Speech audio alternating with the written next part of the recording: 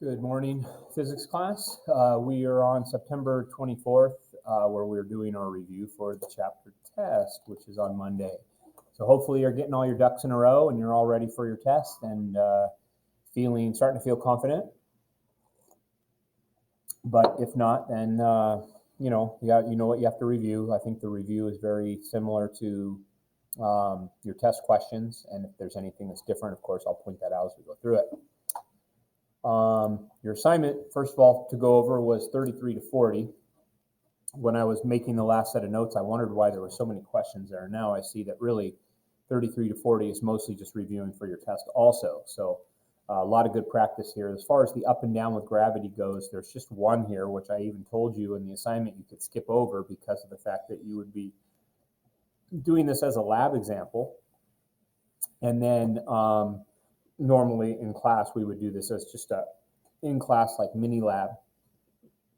But other than that, then we don't have very many up and down problems to practice. There's one in the review, and I think that we do need to have more practice than just that because that would be the hardest question on the test. So let's still do number 33. We'll just do it together. So using the supplies that are listed right there, we need to measure the distance to the ceiling. So in my classroom, the distance to the ceiling is, we're going to call it 3 meters. I don't know for sure that's exactly 3 meters, but it's probably pretty close. The meter stick, I'll buy that. Maybe it's a little 3.5, but 3 will be just fine. And we want to know how fast does a ball have to be thrown so it just kisses the ceiling and then comes back down. So in this problem here, I'm not giving you the option of having a timer in order to find it. But I don't believe that's true on the lab. On the lab, you might be timing the up and the down. I don't remember exactly how it goes, but you do because you were just given this lab yesterday. So we could do this without the timer. We can also do this with the timer. Without the timer, to find out what initial speed the ball was released at, you can see that my variables match up to the equation that doesn't have time in it. VF squared equals VI squared plus 2AD. And then we solve for the initial speed, VI. I set it up as a kind of a formula to solve it. Let's not do that. That's just too confusing. Let's actually put in the numbers that I have here. So 0 squared equals VI squared plus 2 times negative 9.8 times 3. You won't be setting up an equation on your test, so why would we do that here? Now to solve for VI squared, you're going to multiply these three things. So 2 times, oops, calculator's got to be on, 2 times 9.8 times 3. Notice I didn't even mention the negative sign. So then I have VI squared equals 58.8. That's a 58. Let's try that again. Make it cleaner. 58.8. Then you square root both sides. And the square root of 58.8 is 7.7 meters per second. So you would give the tennis ball a light throw. Even that seems a little high, but hey, the math doesn't lie. Meters per second. Okay. Question number 34, what is the velocity of a car that starts at rest and accelerates at a constant 5 meters per second squared for 5 seconds? This is where this starts getting real on your test because you have to be able to answer these motion equation problems. And you do have notes, which is going to help you. But, you know, the notes are all over the place because you have so many different motion equation homework questions and examples and which equations do they use. You need to be prepared to list your givens. So I have that set up here on the slide here. That won't be on the test. You have to come up with this yourself. What is the velocity of a car that starts at rest? Money question is what is its final velocity? Accelerates, and they give us the acceleration units for 5 seconds. Okay, no mentioning of distance. I want an equation that matches up to those variables, and it's our old friend VF equals VI plus AT. We solve for VI. Question number 35, once again, the givens won't be listed out like this. It'll just be a blank page like number 36 and 37 are. You have to come up with the givens. Notice that the question sounds almost identical. The difference is car starts at rest. What is the velocity? We're solving for V final. Accelerates at still 5 meters per second squared, but this time the difference is instead of mentioning time, they give us the distance that it's going to do this acceleration. So in my picture, now we have those variables. We have that other old adversary, that one that we maybe don't like as much, VF squared equals VI squared plus 2AD. The one thing I can guarantee you, if there is a series of motion equation problems like this section is, that you will be using each one. So each time you use one, you can cross it off the list that you know that the next question is not going to use it. What is the displacement of an object? D is the question. That starts with initial velocity, VI is 10, and undergoes a constant acceleration. There's the units again. A is 2 for 4 seconds. No mention of final velocity. The equation that matches up to those variables is this one here, and we solve it out, 56. 37, if a bicyclist accelerates at a steady rate, so that we know there's acceleration, but they don't tell us what it is, to finish the sprint at 25, and had an average velocity, that's weird, of 18, what was the initial velocity? There's no mention of how far this occurred over, how much time this occurred over, or what that acceleration is. There's only initial and final and average velocity that is listed here. You won't have a question like this on the test, but we do have a formula that says that any average of two numbers is found by adding them together and dividing by 2. In the AP Physics class, maybe even on your cheat sheet, this is listed there. It is part of the equation, distance equals 1/2 VI plus VF times T. It's this portion of it that is really telling us that the total distance traveled can be found by taking the average velocity times the total time. We learned that back in chapter 3-4. So it's a lot of overlap here, but still it's kind of hard to recognize everything that's going on. Some of you might have conceptually been able to solve that one out anyway. Question number 38 is practicing a velocity versus time graph. First of all, they ask us to find the velocity at these times. So if it's a velocity graph, you find the velocity by going to the graph and saying, okay, at 2 seconds, the velocity was something around 7. At 3.5 seconds, the velocity was something, it looks like it's 10. And at 8 seconds, it looks like the velocity is again 10. All I'm doing is reading the graph. Velocity versus time graph, you find the velocity by reading it. Part B says, what is a car displacement at t equals 3? Okay, so on a velocity time graph, displacement is the area under the curve. Now I'm talking about this very nonchalantly. You might not remember that. This is where you study your notes. This is where you make yourself a little cheat sheet, crib sheet that has all of the ways that you solve all the different problems so you can quickly reference it. So finding the area under the curve for 3 seconds, what we do is we take the area equals 1/2 base times height. Or in other words, 1/2 of the base, which is 3, times the height, which is 10. Half of 10 is 5, times 3 is 15 meters. Then to go to 4, we're now going to extend that area out to here. So we already know this is 15. Now all we do have to do is find out what's the area of this. It's like a rectangle, length times width. So it'd be 1 times 10, which is another 10. So we were at 15. Now we're at a total of 25 because we're going to add 10 to that. Then to 5 seconds, we need to add this much more. Okay, now this is getting kind of crazy because our areas are no longer simple shapes. We have to break this up into a rectangle and a triangle. I'm not going to go that far on your test. On your test, I'm not going to go any further than like 4 seconds if it was this graph that you got. I want to just stop where you can show me some simple finding of areas rather than doing the whole thing. One other option that you can do is you can find the area of one box. One box is 1 by 5, so each of these boxes is a 5. All right, and so if you needed to find the whole area real quick, you could estimate it by adding up how many boxes are there. All right, this right here adds up to like 1 box, this adds up to like 1 box, this adds up to 1 box. And so we start adding up all the 5s, and when it's all said and done, we're going to get an answer that's on the next slide. I don't want to tell you that yet because I also want to do part C. And for part C, we're now finding the slopes of the line. Notice it says, it'll say it out fully, instantaneous acceleration on your test.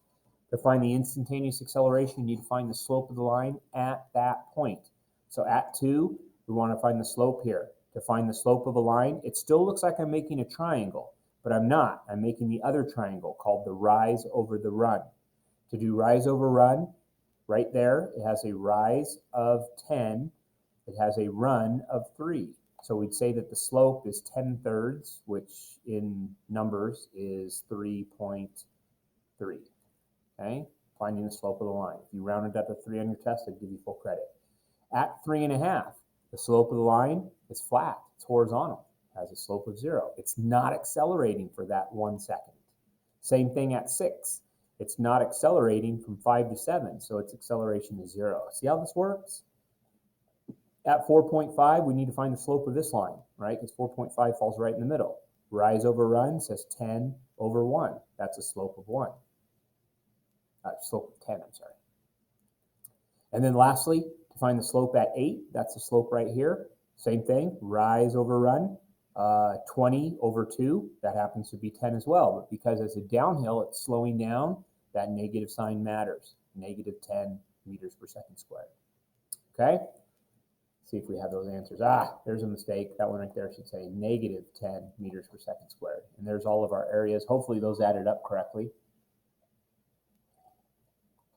Everything else I'm happy about on this. I chose 6 instead of 7 for 2. That's fine. But this was the big mistake. That's got to be a downslope. Instantaneous acceleration, slowing down, negative 10. Making a graph. You don't have to do this on your test, but it's always good practice. Make a displacement versus time graph for a person who walks 10 meters in 5 seconds. So we want to go over to 5 seconds and go up to where they walk 10 meters. Drawing a line. Now it's supposed to be a straight line, so maybe if I use my straight line tool, I get that. Okay. Then they pause for 10 seconds to tie a shoe. So if you're going to pause for 10 seconds for the next 10, from 5 to 15, you don't increase your distance. Then they're going to run 20 meters in 5 seconds. So I'm going to go 5 more seconds over, and I'm going to go up 20, which is going to put me there. And I'll use my straight line tool, put in a line like that. Then it says that the person pauses for 10 seconds to tie the other shoe. Pause for 10 seconds means we don't change our displacement for that time. And then lastly, runs back to the start line in 10 seconds. So now the start line is not the origin. Yes, this x-axis is the 0 meter line, but time is progressing. So to run back in 10 seconds means that by the time we get to 40, from 30 to 40, we got to get back to the 0 meter line. And that's what our graph looks like. You don't have to do that on your test. There's no making your own construction. We already practiced that with our labs. But anyway, sometimes to do your own graph helps you understand how to do the other stuff better. Now, find the velocity at each time interval. That means that we want to find the slope of the line. From 0 to 5, the slope of that line is 10 over 5, which is 2. From 5 to 10, the slope of that line is 0. From 10 to 15, the slope of that line is 0. From 15 to 20, the slope of that line is a rise of 20 over a run of 5. That's a slope of 4. From 20 to 25, it's back to a 0 slope. From 25 to 30, it's back to a 0 slope.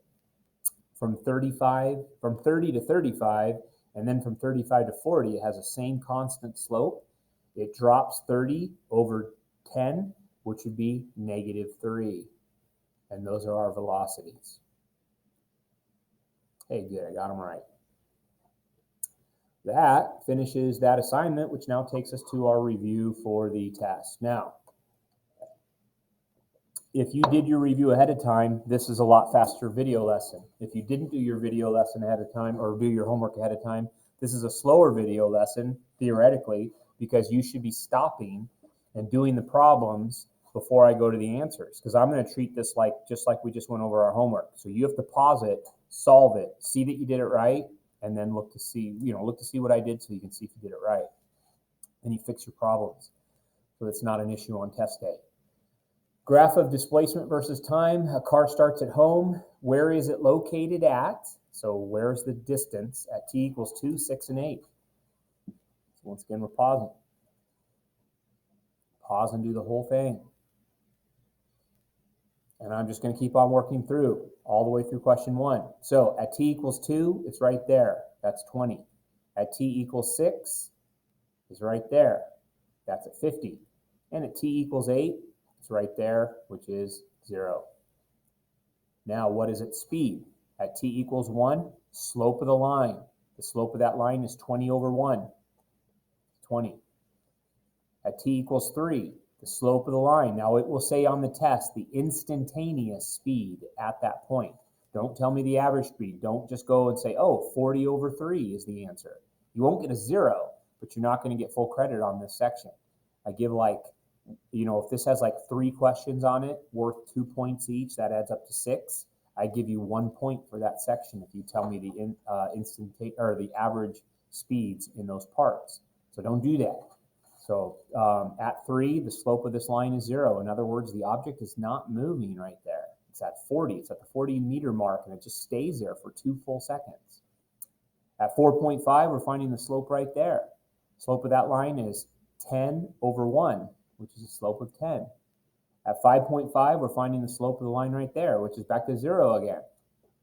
And then at t equals 7, we're finding the slope of the big long line down here. That's a drop of 50 over a run of 2, which is 25. But since it's downhill, we'll call it 25 meters per second. Okay? Now, I probably will have a part, so this was like, I don't know why it's called part D. I guess these are A, B, C. I will have a part E then, we'll call it, where I might ask you what is the average speed from 0 to 6. Okay, now you would make a line that connects 0 and 6, and you would find the slope of that line right there. Total distance, 50 meters, divided by total time, 6 seconds, is 50 divided by 6 is like 8.1 or 8.2 or something like that. Okay? So you could do that for average speed. Sorry that's written so bad, but you can hear me say it. Average speed from one time to another would be something that I feel is fair to ask on a test. Question number 2, pause if you need to. Okay, you're back with me again. What is the velocity at all of these different times? You're just reading the graph. I'm not even going to waste our time with that. Read the graph, put the numbers that are in there. What is the displacement at these different times? Area under the curve. I won't go any further on this test question. If this was the one that you got, I probably wouldn't go any further than 4 seconds because right now it's easy shapes. From 1 to 2, or from 0 to 2, find the area of that triangle. From 2 to 3, find the area of that rectangle. And from 3 to 4, find the area of that triangle again. And those are your answers here, here, and here. We're not going to go down into the negatives for finding displacement. I may go down into the negatives just to ask you other questions, but not for finding the displacement. So those are all your values. You'll notice that towards the end here, we actually have smaller answers because to get out to 7, our problem here is we now have a negative velocity. The car's going in reverse. So therefore, it's taking away some of the distance that you went, displacement that you went by going backward towards the place that it started. So that's why we get a smaller answer there. That's not going to happen on the test. What will happen on the test that's not listed on here is finding the acceleration like we just did in the homework assignment. Slope of the line at that point to find the instantaneous acceleration. Making some more graphs. This is just for practice, so I'm going to just hurry through this one. Remember, you're pausing anyway. Okay, you're back with me. Have a speed of 1 meter per second for 2 seconds. So a speed of 1 means you need to have a slope of 1. So we want to go over 1, up 1, over 1, up 1, and then connect those points with a line. There's a speed of 1 meter per second for 2 seconds. Then pause for 1 second. Don't go up any, just go over 1. Oh, that didn't stay. Then after you do that, at 3 seconds, now the person continues going 2 meters per second for 2 seconds. So go over 1, up 2, go over 1, go up 2. It's going to take us off the graph up to the 6. Looks something like that. Then pause for 1 second. Now we're at, I think we're at t equals 6 seconds if this would line up right. Okay, that lines up with the 6 seconds right there. Then we want to go east, which means a negative 1 meter per second for the next 8 seconds. So I'm going with a slope of over 1, down 1, over 1, down 1, over 1, down 1, and it comes out something like that. I don't remember exactly where it ended up, but I don't want to spend too much time on this since you don't have to make a graph on your test anyway. Now, if you were to graph these velocities, the first one, we have a velocity of 1 meter per second for the first 2 seconds. Then from 2 to 3, we have a velocity of 0 meters per second right there. Hard to see that line. Then we have a slope of 2 meters per second from 3 to 5. Then we have, oh, that dropped down a little bit. You don't have to do this on your test, so if you're disregarding this, I understand. Then from 5 to 6, we were paused again. And then for the next 8 seconds, we want a slope of -1 going from 6 out to 14, which doesn't even show up on the graph. Okay, that's what a velocity graph would look like for this, but you don't have to do this on the test. I stopped doing this question because the AP test stopped doing this question. So it's not really needed. This is what it would look like. What is the person's final displacement? That's always a good question. First of all, the displacement time graph tells us the person's located right there. Looks like they're at -2. D equals -2. The velocity graph would tell us that too if we found the area under the curve. Positive area plus positive area minus this area should come out to be a -2. I don't think I have an answer slide on that part. All right, the motion equations. Once again, look at them, pause, solve them, and then come back to me. A supersonic jet flying at 145 meters per second. That sounds like a velocity. Since it was listed right away, I'll bet you it's the initial velocity. It tends to be the way these things work. Is uniformly accelerated at a rate of, I see acceleration units, for 20 seconds. We know that's time. What is the final speed? Hey, I mean, you guys see a reoccurring theme. We keep doing the same problems over and over and over again, just different situation, use the same equations. VF equals, and we solve that out. I think I have it on this slide. They mentioned the speed of sound just so we can see that this is going like Mach 2, going twice the speed of sound. Question number 2, determine, remember, pause it. Okay, you're back with me again. Determine the displacement. That's D. If a plane accelerates from meters per second to meters per second, those are two velocities, VI and VF. Does this in a time of 12 seconds. Looks to me like we have acceleration, but we don't have it given. So since it's not mentioned, I look for the equation that is independent of acceleration. You have to have this skill. When your test score comes back and it's not good and you're wondering why, you should know. Were you just kind of errantly saying, okay, I'm going to try this equation this time? It doesn't work that way. Each equation gets its time based on the givens. So you have to be able to identify which one to use. If you don't show your work, I don't even want to give you credit, even if you get it right. But there's a few problems that I would let that go because sometimes they're kind of intuitive. Not these two. These two really require calculator work to do it. Just show your work. Let's avoid having an issue like that. 924 meters. Question number 3, a car moves at 12 meters per second and coasts up a hill with uniform acceleration. Okay, so VI equals 12. Came first, it's probably the VI. Acceleration, it's coasting uphill. That makes sense that they would say it's -1.6. And then part B says, or part A really says, how far will it have traveled? Distance equals question mark when t equals 6 seconds. Okay, the variables that match up to that are distance equals VIT plus 1/2 AT squared. Sorry, I was supposed to say pause for a moment, so you could pause and solve this and figure that out first. The solving of it's not supposed to be that hard. 12 times 6 plus 1/2 of -1.6 times 6 squared.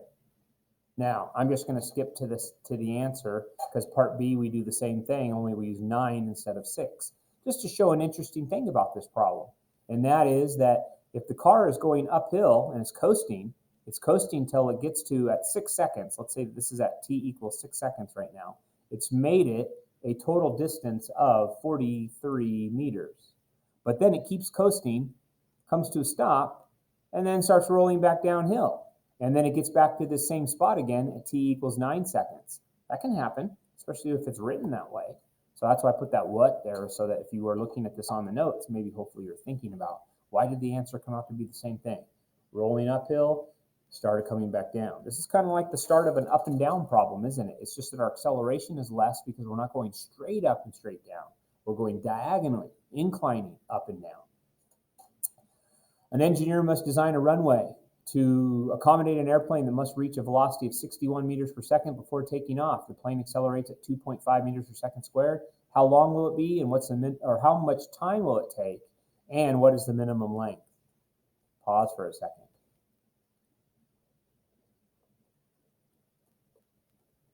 Okay, in part A, how long will it take is very bad English for what is the time it takes. It won't be written like that on your test. Engineer must design a runway. I can take care of the 2.5 meters per second squared also right here. What is the minimum length? I'm going to switch colors on that. That's really the part B question. So we don't even care about that. Right now, that's not mentioned. This must be solvable based on these variables that are here for part A only, okay? So now here's where we have to infer that the airplane would start out at rest and that the takeoff speed would be the 61, okay? Otherwise, if you put, because the issue here is that 61 is the very first velocity that's listed. We usually use that for VI. But I told you back at the very beginning of this that normally it's VI, beginning of this chapter. Normally it's VI, but every once in a while, the question could be written in a different way where the first velocity you see is actually the second one because the initial one wasn't mentioned because an object started at rest. So hopefully that you caught that. The equation that matches up to that is our old friend.